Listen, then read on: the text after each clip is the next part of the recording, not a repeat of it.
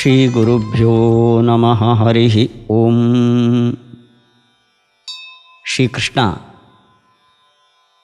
ಯುದ್ಧದ ಭವಿಷ್ಯವನ್ನು ನಿನಗೇ ಜಯ, ಒಬ್ಬರು ಉಳಿಯೋದಿಲ್ಲ ಅಂತ ಅರ್ಜುನನಿಗೆ ಹೇಳಿದ. ಏನೋ ಬಂಧು ವ್ಯಾಮೋಹಕ್ಕೆ ಒಳಗಾಗಿ ಕರ್ತವ್ಯ ಬಿಟ್ಟು ನಾನು ಯುದ್ಧ ಆಡೋದಿಲ್ಲ ಅಂತ ಹಠ ತೊಟ್ಟಿದ್ದಾನೆ ಅರ್ಜುನ. ಅವನ ಸಮಾಧಾನಕ್ಕೆ ಉಪಚಾರವಾಗಿ ಸ್ವಲ್ಪ ಉತ್ಸಾಹ ತುಂಬೋಣ ಅಂತ ಶ್ರೀಕೃಷ್ಣ ಹೇಳಿದ್ದಾನೆ ಅಂತ ಭಾವಿಸಬಾರದು. ಇದು ಸತ್ಯ. ನಿನ್ನನ್ನು ಹುರಿದುಂಬಿಸೋದಕ್ಕಾಗಿ ಏನೋ ಒಂದು ಮಾತು ಅಂತ ನಾನು ಹೇಳೋದಲ್ಲ.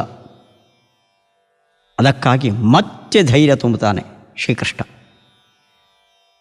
ದ್ರೋಣಂಚ ಭೀಷ್ಮಂಚ ಜಯದ್ರಥಂಚ ಕರ್ಣಂ ತಥಾನ್ಯಾನಪಿ ಯೋಧವೀರಾನ್ ಮಯಾ ಹತಾಂಸ್ತ್ವಂ ಜಹಿಮಾ ವ್ಯಥಿಷ್ಠಾಃ ಯುಧ್ಯಸ್ವ ಜೇತಾಸಿರಣೇ ಸಪತ್ನಾನ್. ಪದವಿಭಾಗ. ದ್ರೋಣಂ ಚ ಭೀಷ್ಮಂ ಚ ಜಯದ್ರಥಂ ಚ ಕರ್ಣಂ ತಥಾ ಅನ್ಯಾನ್ ಅಪಿ ಯೋಧವೀರಾನ್ ಮಯಾ ಹತಾನ್ ತ್ವಂ ಜಹಿ ಮಾ ವ್ಯಥಿಷ್ಠಾಃ ಯುಧ್ಯಸ್ವ ಜೇತಾ ಅಸಿ ರಣೇ ಸಪತ್ನಾನ್. ಅರ್ಜುನ, ನಿನ್ನ ತಾತ ಗುರುಗಳು ಅಂತ ಅಭಿಮಾನದಿಂದ ಅವರ ಸಂಹಾರಕ್ಕೆ ಹಿಂಜರಿದು ಕರ್ತವ್ಯ ವಿಮುಖನಾಗಿದ್ದಿ. ನಿನಗೆ ಶತ್ರುಪಕ್ಷದಲ್ಲಿರುವ ಅಜೇಯರು ಅನ್ನುವ ಭಾವನೆ ಇದ್ದರೆ ಅದೊಂದು ದ್ರೋಣಾಚಾರ್ಯ, ಮತ್ತೊಬ್ಬ ಭೀಷ್ಮಾಚಾರ್ಯ, ಜಯದ್ರಥ, ಕರ್ಣ. ಹೆಸರೆತ್ತಿ 4 ಜನರು ಅರ್ಜುನನಿಗೋಸ್ಕರ ಹಠ ತೊಟ್ಟು ನಿಂತ ಯೋಧರನ್ನು ಶ್ರೀಕೃಷ್ಣ ಉಲ್ಲೇಖಿಸಿದ್ದಾನೆ. ಹಿಂದೆಯೂ ಈ ಕೆಲವು ಹೆಸರುಗಳನ್ನು ಹೇಳಿದ್ದಾನೆ. ಹೊಸ ಹೆಸರು ಇಲ್ಲೊಂದು ಸೇರಿದಿರುವುದು ಜಯದ್ರಥ.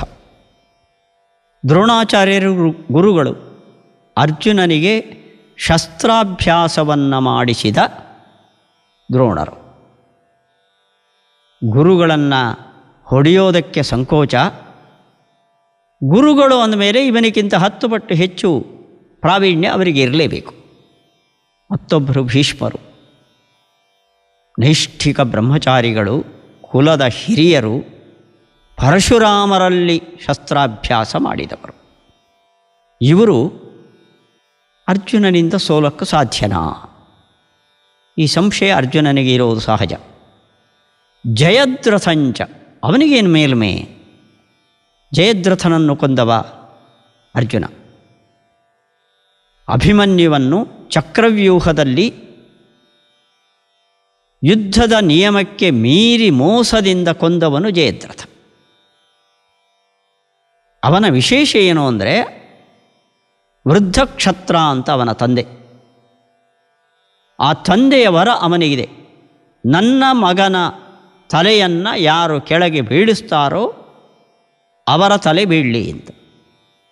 ಹೀಗಾಗಿ ಅಭಿಮನ್ಯುವನ್ನು ಕೊಂದ ಸೇಡಿಗಾಗಿ ಅವನನ್ನು ಅರ್ಜುನ ಕೊಲ್ಲಬೇಕು. ಪ್ರತಿಜ್ಞೆ ಮಾಡುತ್ತಾನೆ ಅವನು ಮುಂದೆ. ಅವನನ್ನು ಕೊಂದರೆ ಅರ್ಜುನನ ಸಾವು ನಿಶ್ಚಿತ. ಹೀಗಾಗಿ ಅರ್ಜುನನಿಗೆ ಅಪಾಯಕಾರಿಯಾಗಿ ನಿಂತವ ಪ್ರತಿಪಕ್ಷದ ಯೋಧರಲ್ಲಿ ಜಯದ್ರಥ ಮತ್ತೊಬ್ಬ. ಇನ್ನೊಬ್ಬ ಕರ್ಣಂ. ಅರ್ಜುನ ವಧೆಗಾಗಿಯೇ ತಪಸ್ಸು ಮಾಡಿ ರುದ್ರದೇವರಿಂದ ಶಕ್ತ್ಯಾಯುಧವನ್ನು ಪಡೆದ ಅರ್ಜುನನಿಗೆ ಸರಿಸಾಟಿಯಾದ ಮತ್ತೊಬ್ಬ ಬಿಲ್ಲೋಜ ಕರ್ಣ. ಈ 4 ಜನದ ಬಗ್ಗೆ ಅರ್ಜುನನಿಗೆ ಹೇಗೆ ಗೆಲ್ಲೋದು ಅನ್ನೋ ಸಂದೇಹ ಇರೋದು ಸಾಧ್ಯ. ಅದಕ್ಕೆ ಅವರನ್ನು ಹೆಸರೆತ್ತಿ ಹೇಳ್ತಾನೆ ಶ್ರೀಕೃಷ್ಣ. ಹೆದರಬೇಡ ಅರ್ಜುನ, ದ್ರೋಣಂಚ ಭೀಷ್ಮಂಚ ಜಯದ್ರಥಂಚ ಕರ್ಣಂಚ, ಇವಿಷ್ಟು ವೀರರನ್ನು ತಥಾ ಅನ್ಯಾನಪಿ ಯೋಧ ವೀರಾನ್, ಇನ್ನು ಯಾರು ಪ್ರತಿಪಕ್ಷದಲ್ಲಿ ವೀರ ಯೋಧರಿದ್ದಾರೋ ಅನ್ಯಾನಪಿ ಅವರೆಲ್ಲರನ್ನೂ ಮಯಾ ಹತಾನ್, ಈಗಾಗಲೇ ನಾನು ಕೊಂದಾಗಿದೆ. ಆದ್ದರಿಂದ ನೀನು ಅವರಿಗೆ ಹೆದರುವ ಅಗತ್ಯ ಇಲ್ಲ. ಮಯಾ ಹತಾನ್, ನನ್ನಿಂದ ಕೊಲ್ಲಲ್ಪಟ್ಟ ಯೋಧ ವೀರಾನ್ ತ್ವಂ ಜಹಿ, ನೀನು ಹೊಡಿ, ಕೊಲ್ಲು. ಅಲ್ಲಿಗೆ ಅವರ ಸಾವು ನಿಶ್ಚಿತ. ಹೆದರಬೇಡ, ನಿನಗೆ ಅವರಿಂದ ಅಪಾಯವಿಲ್ಲ, ನಾನು ಕೊಂದಿದ್ದೇನೆ, ಅವರನ್ನು ಕೊಲ್ಲು. ಮಾ ವ್ಯಥಿಷ್ಠಾ, ನೀನು ಕೊರಗೋದು ಅಗತ್ಯ ಇಲ್ಲ.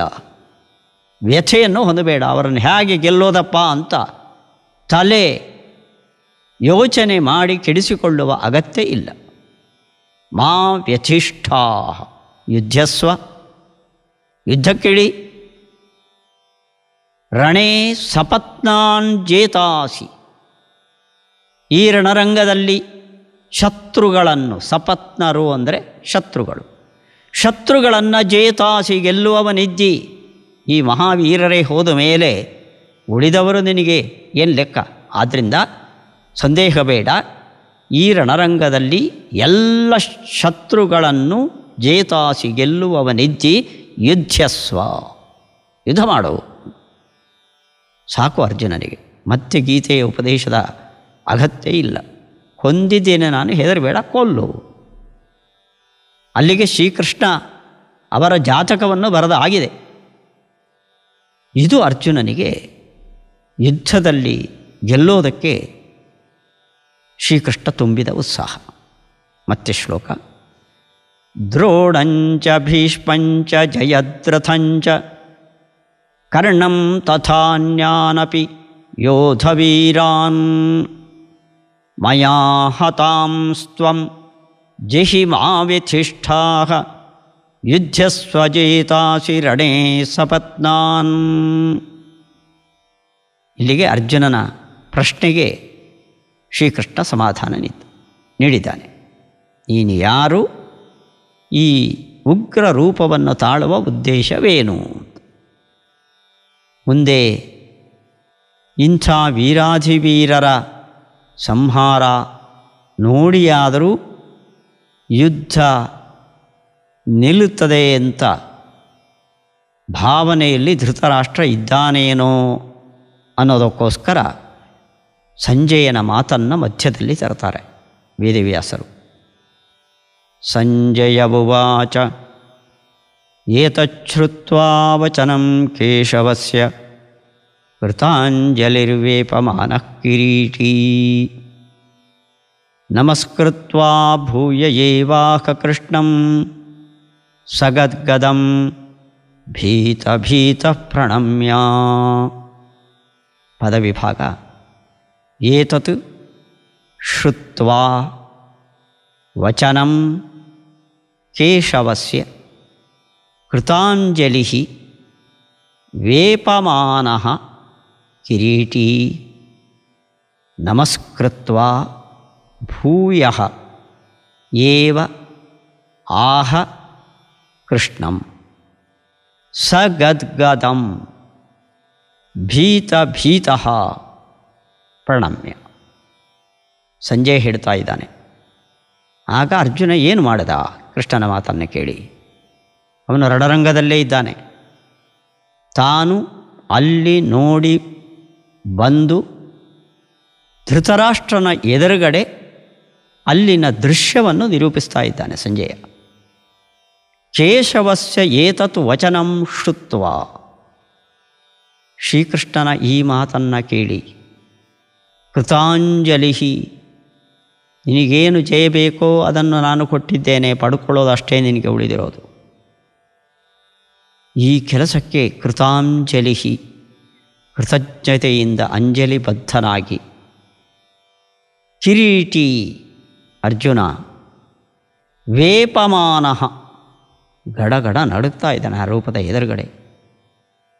ಜಯ ನಿನಗೆ ಸಿಕ್ತು ಅಂತ ಮಂದಹಾಸ ಬರಬೇಕಾಗಿತ್ತು ಅವನ ಮುಖದಲ್ಲಿ. ಆದರೆ ಅದನ್ನು ಅನುಭವಿಸುವಷ್ಟು ತಾಳ್ಮೆ ಅರ್ಜುನನಿಗಿಲ್ಲ. ವಿಶ್ವರೂಪದ ಮುಂದೆ ಇಡೀ ಜಗತ್ತು ಪತಂಗಗಳು ಬೆಂಕಿಗೆ ಹಾರುವಂತೆ ಸಾಯಕ್ಕೆ ಸಿದ್ಧರಾದ ಯೋಧರನ್ನು ನುಂಗುವ ಆ ವಿಶ್ವರೂಪವನ್ನು ನೋಡಿ ವೇಪಮಾನಃ ಭಯದಿಂದ ನಡುಗ್ತಾ ಇರುವ ಕಿರೀಟಿ ಅರ್ಜುನ ನಮಸ್ಕೃತ್ವ ಕೃಷ್ಣನಿಗೆ ನಮಸ್ಕರಿಸಿದ, ಅಂಜಲಿಬದ್ಧನಾಗಿ ತಲೆಬಾಗಿದ. ಭೂಯ ಏವ ಆಹ ಕೃಷ್ಣಂ, ಕೃಷ್ಣನಿಗೆ ಮತ್ತೆ ಹೇಳಿದ. ನೀನು ಯಾರು, ನಿನ್ನ ಉದ್ದೇಶವೇನು ಅಂತ ಹಿಂದೆ ಕೇಳಿದ್ದ. ಇವಾಗ ಮತ್ತೆ ಕೃಷ್ಣಂ ಭೂಯ ಏವ ಆಹ ಹೇಳಿದ. ಯಾರು ಕೃಷ್ಣ? ಅವನ ಸ್ನೇಹಿತ ಅಲ್ಲ, ಜಗದ್ಗುರು ಅವನು. ಸಗದ್ಗದಂ ಭೀತ ಭೀತ ಪ್ರಣಮ್ಯ, ಇಡೀ ಸೈನ್ಯದ ಅಷ್ಟು ಯೋಧರನ್ನು ಒಬ್ಬಂಟಿಕನಾಗಿ ಮುಗಿಸಿದ ದೈತ್ಯ ಶಕ್ತಿ ಅದರ ಎದುರುಗಡೆ ತಾನು ನಿಂತಿದ್ದಾನೆ. ಸಗದ್ಗದಂ, ತನ್ನ ಗಂಟಲಿನಿಂದ ಸ್ಪಷ್ಟವಾಗಿ ಮಾತುಗಳು ಬರ್ತಾ ಇಲ್ಲ. ಗದ್ಗದಿತ ಕಂಠ ಅಂತ ಹೇಳ್ತೇವೆ. ಆ ಅಕ್ಷರಗಳು ನಡುಗುತ್ತಾ ಹೊರಬರ್ತಾ ಇದೆ. ಭೀತ ಭೀತಃ, ಭೀತಃ ಅಂದರೆ ಹೆದರಿದವನು. ಭೀತ ಭೀತಃ ಅಂದರೆ ಅತ್ಯಂತ ಹೆದರಿದವನು. ನಾವು ನಿರಾಳವಾಗಿ ಒಂದು ವಿಶಾಲ ಮೈದಾನದಲ್ಲಿ ಹೋಗ್ತಾ ಇದ್ದರೆ ಒಂದಲ್ಲ 10 ಹುಲಿಗಳು ನಮ್ಮ ಎದುರುಗಡೆ ನಿಂತರೆ ಏನು ಹೆದರಿಕೆ ಬರಬಹುದು, ಆ ಹೆದರಿಕೆ ಅರ್ಜುನನಿಗಾಗಿದೆ. ಭೀತ ಭೀತಃ, ಅತ್ಯಂತ ಹೆದರಿದವನಾಗಿ ಕಂಠ ಗದ್ಗದವಾಗಿದೆ. ಪ್ರಣಮ್ಯ ನಮಸ್ಕರಿಸಿ ಭೂಯ ಏವಾಹ ಕೃಷ್ಣಂ, ಕೃಷ್ಣನಿಗೆ ಮತ್ತೆ ಹೇಳಿದ. ಸಂಜಯ ಉವಾಚ ಏತಚ್ಛ್ರುತ್ವಾ ವಚನಂ ಕೇಶವಸ್ಯ ಕೃತಾಂಜಲಿರ್ವೇಪಮಾನಃ ಕಿರೀಟೀ ನಮಸ್ಕೃತ್ವಾ ಭೂಯ ಏವಾಹ ಕೃಷ್ಣಂ ಸಗದ್ಗದಂ ಭೀತ ಭೀತ ಪ್ರಣಮ್ಯ. ಏನು ಹೇಳ್ದ? ಅರ್ಜುನ ಉವಾಚ ಸ್ಥಾನೇ ಹೃಷೀಕೇಶ ತವ ಪ್ರಕೀರ್ತ್ಯ ಜಗತ್ಪ್ರಹೃಷ್ಯತ್ಯನುರಜ್ಯತೆ ಚ ರಕ್ಷಾಂಸಿ ಭೀತಾನಿ ದಿಶೋ ದ್ರವಂತಿ ಸರ್ವೇ ನಮಸ್ಯಂತಿ ಚ ಸಿದ್ಧಸಂಘಾಃ. ಪದವಿಭಾಗ. ಸ್ಥಾನೇ ಹೃಷೀಕೇಶ ತವ ಪ್ರಕೀರ್ತ್ಯ ಜಗತ್ ಪ್ರಹೃಷ್ಯತಿ ಅನುರಜ್ಯತೆ ಚ ರಕ್ಷಾಂಸಿ ಭೀತಾನಿ ದಿಶಃ ದ್ರವಂತಿ ಸರ್ವೇ ನಮಸ್ಯಂತಿ ಚ ಸಿದ್ಧಸಂಘಾಃ. ಇಲ್ಲಿ ಸ್ಥಾನೇ ಅನ್ನುವ ಶಬ್ದ ಬಂದಿದೆ. ಸ್ಥಾನ ಶಬ್ದಕ್ಕೆ ಯುಕ್ತವಾದುದು ಅಂತ ಅರ್ಥ. ಸ್ಥಾನೇ, ಸಾಧಾರಣ ಸಂಸ್ಕೃತ ಸಾಹಿತ್ಯದಲ್ಲಿ ಸ್ಥಾನ ಶಬ್ದಕ್ಕೆ ಒಂದು ಪ್ರದೇಶ ಅಂತ ಅರ್ಥ. ಆದರೆ ಇದು ಅವ್ಯಯ, ಯುಕ್ತವಾದುದು ಅಂತ ಅರ್ಥ. ಹೃಷೀಕೇಶ, ಹೃಷೀಕ ಅಂದರೆ ಇಂದ್ರಿಯ, ಕಣ್ಣು ಕಿವಿ ಮೊದಲಾದ ಜ್ಞಾನೇಂದ್ರಿಯಗಳು, ಕರ್ಮೇಂದ್ರಿಯಗಳು. ಅವುಗಳ ಒಡೆತನವನ್ನು ಪಡೆದವ ಹೃಷೀಕ ಈಶ.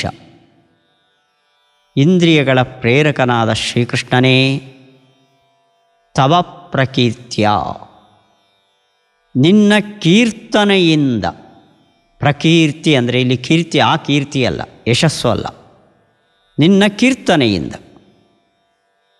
ನಮ್ಮ ಮುಂದೆ ಅನೇಕ ಸ್ತೋತ್ರಗಳಿವೆ ಸಂಸ್ಕೃತದಲ್ಲಿ, ಕನ್ನಡದ ಕೀರ್ತನೆಗಳಿವೆ. ಇವುಗಳ ಮೂಲಕ ತವ ಪ್ರಕೀರ್ತಿಯ ನಿನ್ನ ಕೀರ್ತನೆಯಿಂದ ಜಗತ್ತಂದರೆ ಜನ ಪ್ರಹೃಷ್ಯತಿ ಖುಷಿ ಪಡ್ತಾರೆ. ಯಜ್ಞೈ ಸಂಕೀರ್ತನ ಪ್ರಾಯೈ ಕಲಿಯುಗದ ದೊಡ್ಡ ಯಜ್ಞ ಭಗವಂತನ ಕೀರ್ತನೆ, ನಾಮಜಪ ಮತ್ತು ಸ್ತೋತ್ರ ಪಠನ, ಕನ್ನಡದ ಪದ್ಯಗಳಿಂದ ಗಾನಬದ್ಧವಾಗಿ ಭಗವಂತನ ಮುಂದೆ ಹಾಡೋದು. ತವ ಪ್ರಕೀರ್ತಿಯ ಜಗತ್ ಜನ ಪ್ರಹೃಷ್ಯತಿ ಸಂತೋಷವನ್ನು ಹೊಂತಾರೆ. ಆ ಕೀರ್ತನೆ ಮಾಡುವಾಗಲೂ ಸಂತಸ, ಕೀರ್ತನೆಯಿಂದ ಭಗವಂತನನ್ನು ಮೆಚ್ಚಿಸಿ ಅದರ ಫಲವಾಗಿ ಸಂತಸ. ಕಷ್ಟ ಕಾರ್ಪಣ್ಯಗಳು ನಾಶವಾಗ್ತವೆ, ಸುಖ ವೃದ್ಧಿಯಾಗ್ತವೆ. ಅನುರಜ್ಯತೇಜ ಯಾವತ್ತು ಈ ಕೀರ್ತನೆಯಿಂದ ಒಳ್ಳೆಯ ಪರಿಣಾಮವನ್ನು ಭಕ್ತ ಅನುಭವಿಸಿದ್ನೋ ಅನುರಜ್ಯತೆ ನಿನ್ನಲ್ಲಿ ಮತ್ತೆ ಅನುರಾಗವನ್ನು ಹೊಂತಾನೆ. ಉಳಿದವರ ಹೊಗಳಿಕೆಯಿಂದ ಸಿಗದ ಲಾಭ ನಿನ್ನ ಮುಂದೆ ಸ್ತೋತ್ರವನ್ನು ಪಡಿಸೋದ್ರಿಂದ ಲಭಿಸಿ ಭಕ್ತ ನಿನ್ನಲ್ಲಿ ಅನುರಾಗವನ್ನು ಹೊಂದುತ್ತಾನೆ. ಅಷ್ಟೇ ಅಲ್ಲ, ರಕ್ಷಾಂಸಿ ಭೀತಾನಿ ದಿಶೋ ದ್ರವಂತಿ. ನಿನ್ನ ಕೀರ್ತನೆಯ ಸದ್ದು ಮನೆಯಲ್ಲೋ ದೇವಾಲಯದಲ್ಲೋ ಮೊಳಗಿದ್ರೆ ಭೀತಾನಿ ರಕ್ಷಾಂಸಿ, ಆ ಜಾಗದಲ್ಲಿ ದುಷ್ಟ ಶಕ್ತಿಗಳು ನಮ್ಮ ಸತ್ಕರ್ಮಗಳಿಗೆ ಅಥವಾ ನಮಗೆ ತೊಂದರೆ ಕೊಡುವವುಗಳಿದ್ದರೆ ದಿಶೋ ದ್ರವಂತಿ, ದಿಕ್ಕೆಟ್ಟು ಓಡ್ತವೆ. ಅಲ್ಲಿಗೆ ನಿನ್ನ ಕೀರ್ತನೆಯಿಂದ ಮನಸ್ಸಿಗಾಗುವ ಖುಷಿಯೊಂದು, ನಿನ್ನ ಅನುಗ್ರಹದಿಂದ ಸಿಗುವ ಸುಖ, ಅದರಿಂದ ನಿನ್ನಲ್ಲಿ ಮತ್ತಷ್ಟು ಅನುರಾಗ, ಇದು ಲಾಭ. ಇನ್ನು ನಮ್ಮ ಕಷ್ಟ ಪರಿಹಾರ, ನಮಗೆ ದುಷ್ಟ ಶಕ್ತಿಗಳಿಂದ ತೊಂದರೆಗಳಿದ್ದರೆ ನಿನ್ನ ಕೀರ್ತನೆ ನಡೀತಾ ಇದ್ದರೆ ಅವು ಆ ಜಾಗ ಬಿಟ್ಟು ದೂರ ಓಡಿ ಹೋಗ್ತವೆ. ಶ್ರೀಕೃಷ್ಣ ವಿಶ್ವರೂಪದ ಮುಂದೆ ಸರ್ವೇ ನಮಸ್ಯಂತಿ ಚ ಸಿದ್ಧ ಸಂಘಾ. ಆ ಸಂಗ್ರಾಮವನ್ನು ನೋಡೋದಕ್ಕೆ ಬಂದ ಸಿದ್ಧರು, ಅವರು ಲೋಕ ಶಿಕ್ಷಣಕ್ಕಾಗಿಯೇ ಇರುವವರು. ಆ ಸಿದ್ಧರ ಗುಂಪುಗಳು ನಿನ್ನನ್ನು ನೋಡಿ ನಮಸ್ಯಂತಿ, ನಮಸ್ಕಾರ ಮಾಡ್ತಾರೆ. ಅವರು ಅನುಕರಣೀಯರು ಉಳಿದವರಿಗೆ, ಆದ್ದರಿಂದ ಸಿದ್ಧರು ಅಂತ ಅವರಿಗೆ ಹೆಸರು. ಆ ಸಿದ್ಧ ಸಂಘರು ಉಳಿದವರು ಹೀಗೆ ಮಾಡಿ ಅನ್ನುವ ಸೂಚನೆಗಾಗಿ ಭಕ್ತಿಯಿಂದ ಸರ್ವೇ ನಮಸ್ಯಂತಿ ಚ ಸಿದ್ಧ ಸಂಘಾ. ಇದು ಅರ್ಜುನ ನೋಡಿ ಹೇಳಿದ ಮಾತು. ಮತ್ತೆ ಶ್ಲೋಕ: ಸ್ಥಾನೇ ಹೃಷೀಕೇಶ ತವ ಪ್ರಕೀರ್ತ್ಯ ಜಗತ್ಪ್ರಹೃಷ್ಯತ್ಯನುರಜ್ಯತೆ ಚ ರಕ್ಷಾಂಸಿ ಭೀತಾನಿ ದಿಶೋ ದ್ರವಂತಿ ಸರ್ವೇ ನಮಸ್ಯಂತಿ ಚ ಸಿದ್ಧ ಸಂಘಾಃ. ಇನ್ನೊಂದು ಮಾತನ್ನು ಹೇಳ್ತಾನೆ, ಭಗವಂತನ ಅದ್ಭುತ ರೂಪವನ್ನು ಹೇಳಿ ಆಡಿದ ಮಾತು ಅರ್ಜುನ. ಕಸ್ಮಾಚ್ಚತೆ ನನಮೇರನ್ ಮಹಾತ್ಮನ್ ಗರೀಯಸೆ ಬ್ರಹ್ಮಣೋಪ್ಯಾದಿಕರ್ತ್ರೇ ಅನಂತ ದೇವೇಶ ಜಗನ್ನಿವಾಸ ತ್ವಮಕ್ಷರಂ ಸದಸತ್ತತ್ಪರಂ ಯತ್. ಪದವಿಭಾಗ: ಕಸ್ಮಾತ್ ಚ ತೇ ನ ನಮೇರನ್ ಮಹಾತ್ಮನ್ ಗರೀಯಸೆ ಬ್ರಹ್ಮಣಃ ಅಪಿ ಆದಿಕರ್ತ್ರೇ ಅನಂತ ದೇವೇಶ ಜಗನ್ನಿವಾಸ ತ್ವಂ ಅಕ್ಷರಂ ಸದಸತ್ ತತ್ಪರಂ ಯತ್. ಅರ್ಜುನ ಹೇಳ್ತಾನೆ, ಎಂಥ ಭವ್ಯ ರೂಪ, ಯಾರಿಗೂ ಇರದ ಸೊಬಗು, ಭಯಾನಕತೆ, ಅದ್ಭುತ. ಅದನ್ನು ನೋಡಿ ಕೇಳ್ತಾನೆ, ಕಸ್ಮಾಚ್ಚತೆ ನನಮೇರನ್ ಮಹಾತ್ಮನ್. ಮಹಾತ್ಮನಾದ ಶ್ರೀಕೃಷ್ಣನೇ, ಇಂಥ ನಿನಗೆ ಯಾಕೋ ನಮಸ್ಕರಿಸೋದಿಲ್ಲ ಜನ? ಕೆಲವರಿಗೆ ದೇವರು ಇದ್ದಾನೋ ಇಲ್ವೋ ಅಂತ ಸಂದೇಹ, ದೇವರಿದ್ದರೂ ದೇವಸ್ಥಾನದ ಬಾಗಿಲು ಹಾಕಿದೆ ಅಂತ ಮತ್ತೆ ಕೆಲವರಿಗೆ ಧೈರ್ಯ, ಬಾಗಿಲು ತೆರೆದಿದ್ದರೂ ಪಕ್ಕಕ್ಕೆ ಹೋಗಿ ಮನೆಯ ವಾರ್ತೆ. ಅರ್ಜುನ ಕೇಳ್ತಾನೆ, ಎಲ್ಲೆಡೆ ತುಂಬಿದ ಅದ್ಭುತ ರೂಪ ನೀನು, ನಿನ್ನ ಈ ದಿವ್ಯ ರೂಪಕ್ಕೆ ಯಾಕಪ್ಪ ಜನ ನಮಸ್ಕರಿಸೋದಿಲ್ಲ? ಈ ಮಾತನ್ನು ಕೇಳಿದಾಗ ನಮಗೂ ಒಂದ್ಸತ್ಯ ರೂಪವನ್ನು ನೋಡಿದ್ದಿದ್ದರೆ ಎಷ್ಟು ನಿರ್ಧಾರಾತ್ಮಕವಾದ ಭಾವನೆ, ಭಕ್ತಿ ಬರ್ತಿತ್ತೇನೋ ಅಂತ ನೋಡಿ ನೋಡಿ ಅರ್ಜುನ ಹೇಳ್ತಾನೆ, ನಮಗೆ ಆ ಭಾಗ್ಯ ಇದೆಯೋ ಇಲ್ಲವೋ? ಮಹಾತ್ಮನಾದ ಭಗವಂತನೇ, ಕಸ್ಮಾಚ್ಚತೆ ನನಮೇರನ್, ಯಾಕಪ್ಪ ನಿನಗೆ ಜನ ನಮಸ್ಕಾರ ಮಾಡೋದಿಲ್ಲ? ಇಷ್ಟು ಅದ್ಭುತವಾದ ರೂಪ ನಿನಗಿದ್ದು ನೀನು ಇಲ್ಲವೇ ಇಲ್ಲ ಅಂತ ಹೇಳುವ ನಾಸ್ತಿಕರಿದ್ದಾರಲ್ಲಪ್ಪ ಈ ಪ್ರಪಂಚದಲ್ಲಿ. ಗರೀಯಸೆ ಬ್ರಹ್ಮಣೋಪಿ ಆದಿಕರ್ತೃ.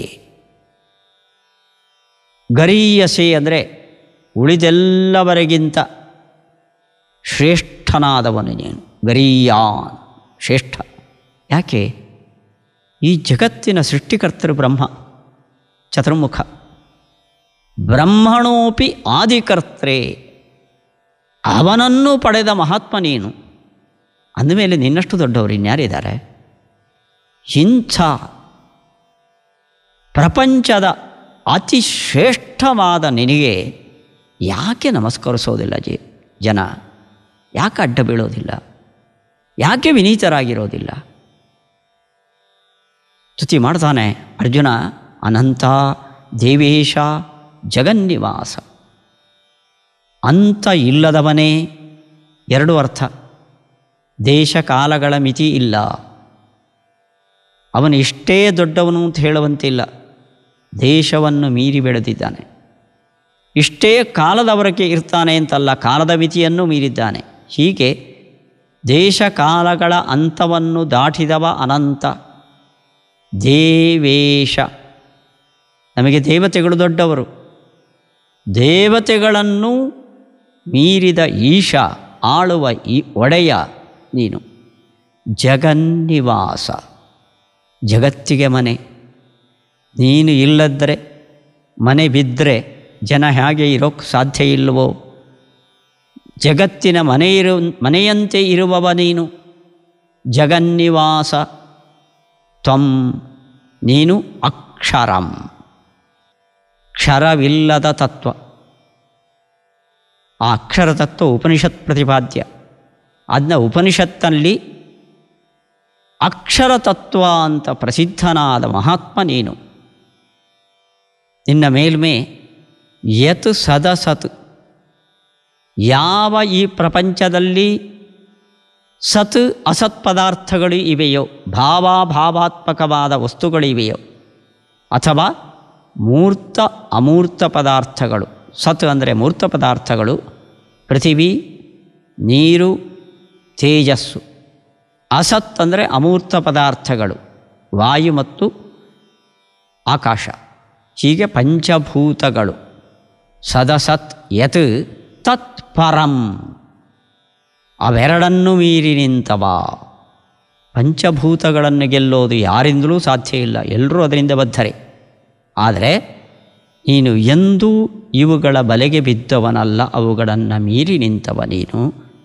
ನಿನಗೆ ಯಾಕೆ ನಮಸ್ಕರಿಸೋದಿಲ್ಲ ಜನ? ಕಸ್ಮಾಚ್ಚತೆ ನನಮೇರನ್ ಮಹಾತ್ಮನ್ ಗರೀಯಸೆ ಬ್ರಹ್ಮಣೋಪ್ಯಾದಿಕರ್ತೃ ಅನಂತ ದೇವೇಶ ಜಗನ್ನಿವಾಸ ತ್ವಮಕ್ಷರಂ ಸದಸತ್ ತತ್ಪರಂ ಯತ್. ಆಸ್ತಿಕರನ್ನು ಮಾತ್ರ ಅಲ್ಲ, ನಾಸ್ತಿಕರನ್ನು ಬಡಿದೆಬ್ಬಿಸುವ ಮಾತನ್ನು ಅರ್ಜುನ ಇಲ್ಲಿ ಆಡಿದ್ದಾನೆ. ಆದ್ದರಿಂದ ಪರತತ್ವವನ್ನು ನೋಡಿ ಅರ್ಜುನ ಆಡಿದ ಮಾತು ಎಲ್ಲ ಸಂಶಯಗಳನ್ನು ದೂರ ಮಾಡಿ, ಕಷ್ಟ ಇರಲಿ ಸುಖ ಇರಲಿ ಶ್ರೀಕೃಷ್ಣ ಅಂತ ದಿನಕ್ಕೆ ಬೆಳಿಗ್ಗೆ ಸಾಯಂಕಾಲ 2 ಬಾರಿಯಾದರೂ ಹೇಳಿದರೆ ಭಗವದ್ಗೀತೆಯ 11ನೇ ಅಧ್ಯಾಯವನ್ನು ಕೇಳಿದ್ದಕ್ಕೆ ನಮ್ಮ ಜೀವನ ಸಾರ್ಥಕ. ಶ್ರೀಕೃಷ್ಣಾರ್ಪಣಮಸ್ತು. ಭಗವದ್ಗೀತೆಯ ಈ ಪ್ರವಚನದ ಭಾಗವನ್ನು ಶ್ರೀಮತಿ ಪೂಜಾ ಮತ್ತು ವಿಶ್ವಾಸ್ ಇವರ ಕುಟುಂಬ ಪ್ರಾಯೋಜಿಸಿದೆ. ವಿಶ್ವರೂಪದ ಶ್ರೀಕೃಷ್ಣ ಆ ಕುಟುಂಬದ ಮೇಲೆ ವಿಶೇಷ ಅನುಗ್ರಹವನ್ನು ಮಾಡಲಿ ಅಂತ ಪ್ರಾರ್ಥನೆ ಮಾಡ್ತಾ ಶ್ರೀಕೃಷ್ಣಾರ್ಪಣಮಸ್ತು.